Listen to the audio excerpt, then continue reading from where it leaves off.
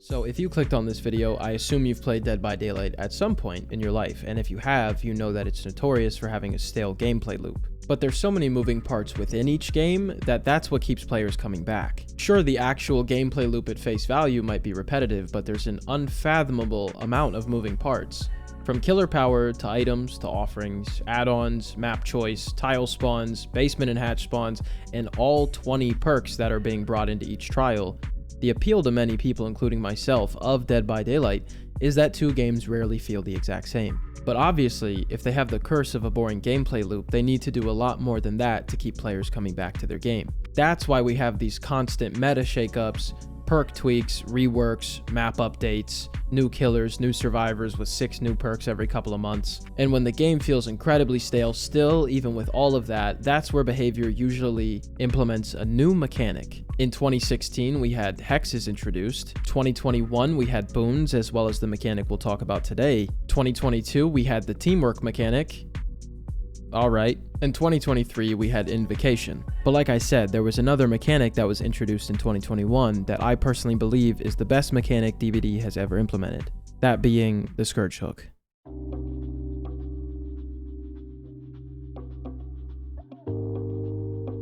The Scourge mechanic was first introduced on September 7th, 2021 with the release of the Hellraiser chapter.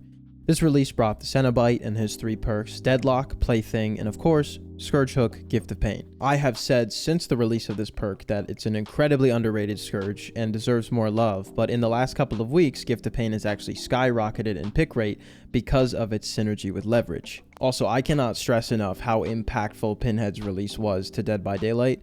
His perks, the killer himself, and the fact that Artist would release directly after. In my opinion, those were and still are the 2 most impactful chapter releases in DBD history in terms of killer metas.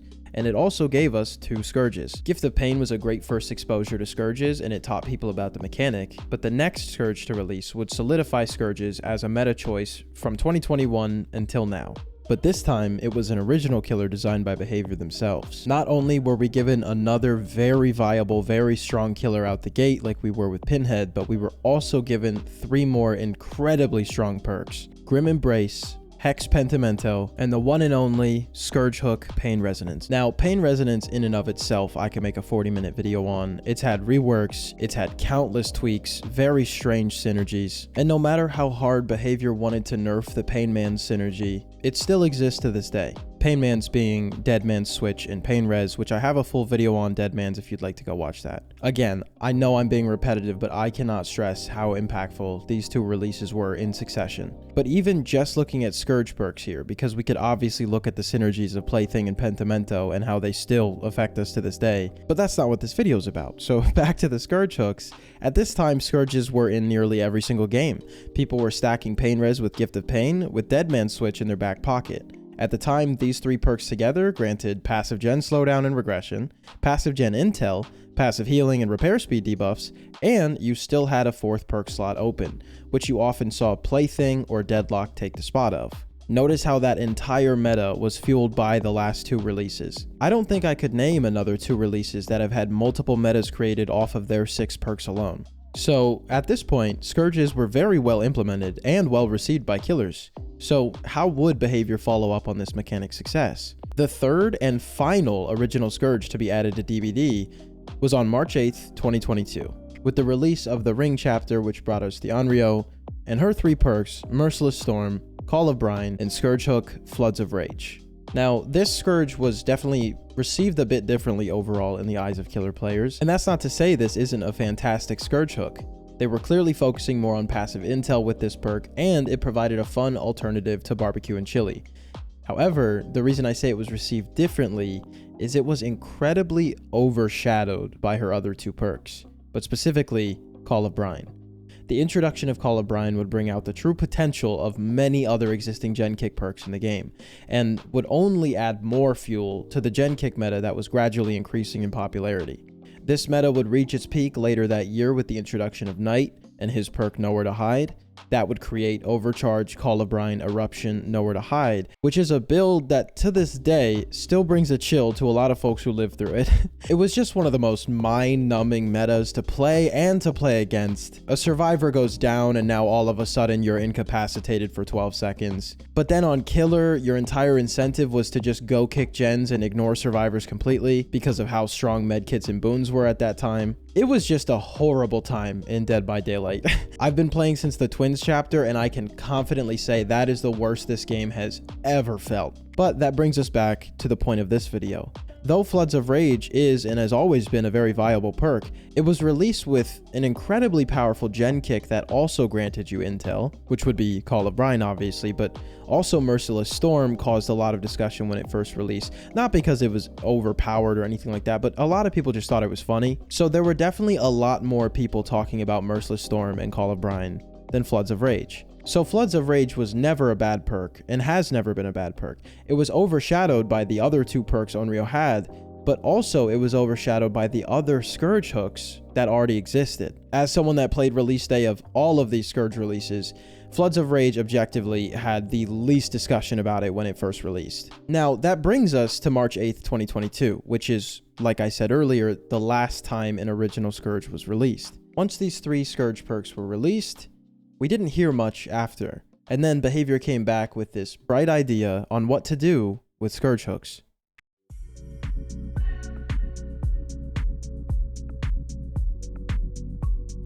So, like I said earlier, Scourge hooks had 2 very different identities. We had the original Holy Trinity of Pain Res, Gift of Pain, and Floods of Rage, which I still believe are all fantastically designed perks. Perks like Gift of Pain and Pain Res actually incentivize the killer to tunnel less in order to get more value out of the perks. Floods of Rage offered this very interesting and unique moment of intel in comparison to other intel perks in this game. The trade-off being you don't control when it happens, but you reveal all 4 survivors.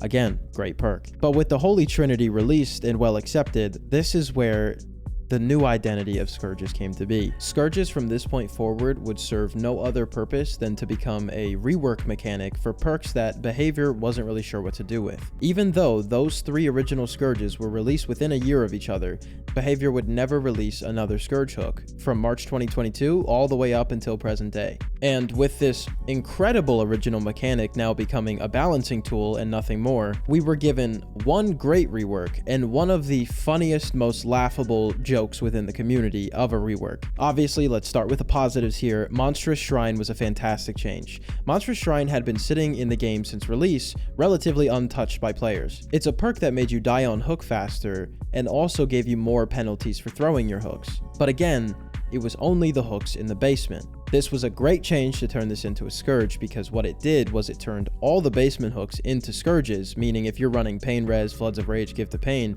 all those basement hooks count now too, so now you have 8 Scourge hooks on the map. Not only that, but those 4 other Scourge hooks that are around the map that aren't in basement also get Monstrous Shrine's benefits. Overall, this was a fantastic change. I have no bad things to say about it. My only comment about it is that after the 70-second hook timer change, up from 60 seconds, Monstrous Shrine just really doesn't have a place anymore, in my opinion. Do I think it's a well-designed perk? Yes. But do I think only having 4 perk slots makes it very difficult for me to choose this over other perks?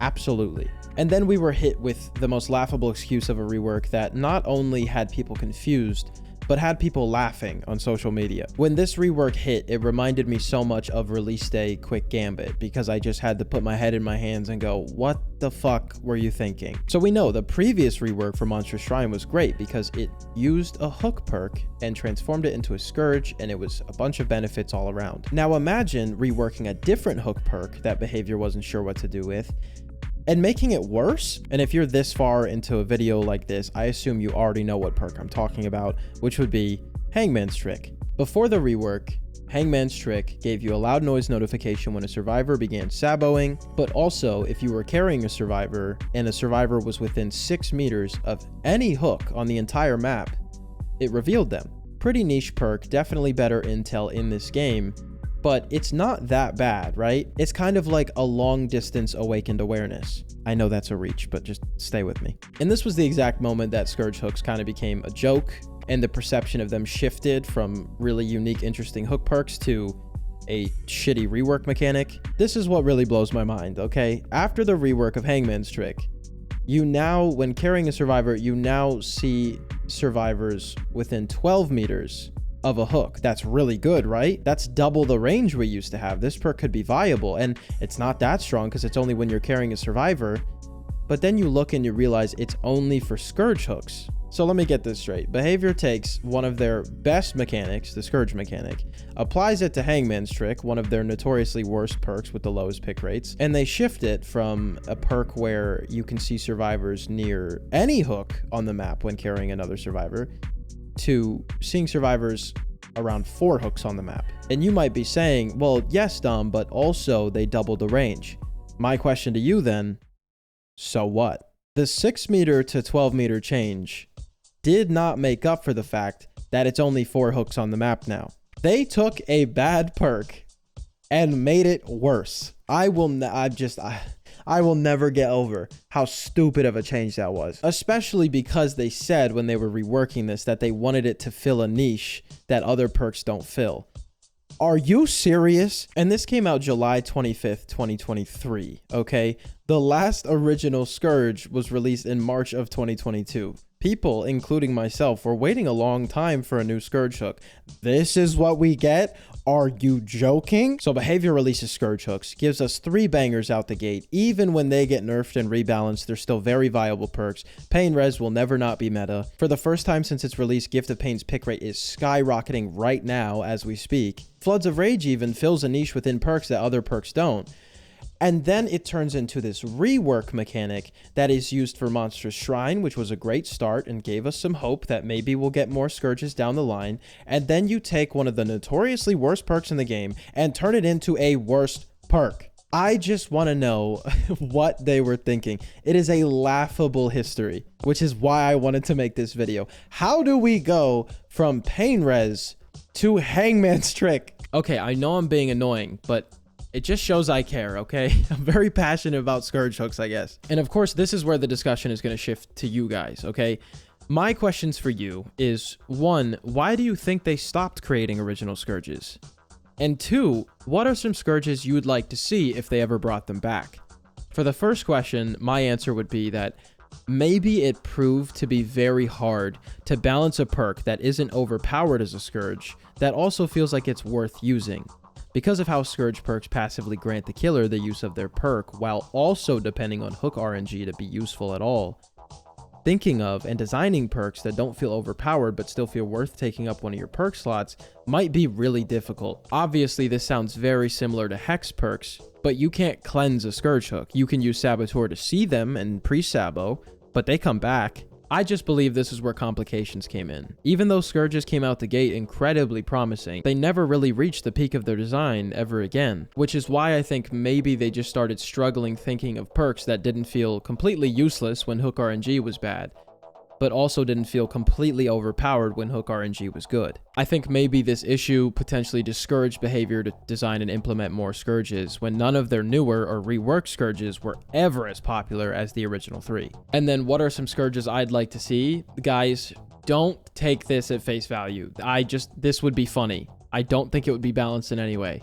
But I'd love to see Scourge that shifts an active hex spawn on each hook, or maybe each unhook. Like, for example, if no survivor is currently interacting with it, one random hex totem will switch spots when a survivor is hooked on a Scourge. Could you imagine Ruin Undying, or maybe multiple stacks of Pentimento, moving around the map? That would be an absolute nightmare of balancing and design, but I think it could be quite silly. So I'd love for y'all to comment down below a Scourge hook you'd like to see and why you think they abandoned Scourges in the first place. And Behavior, if you can hear me, I know you can't, I'm just coping. Please bring back Scourge hooks.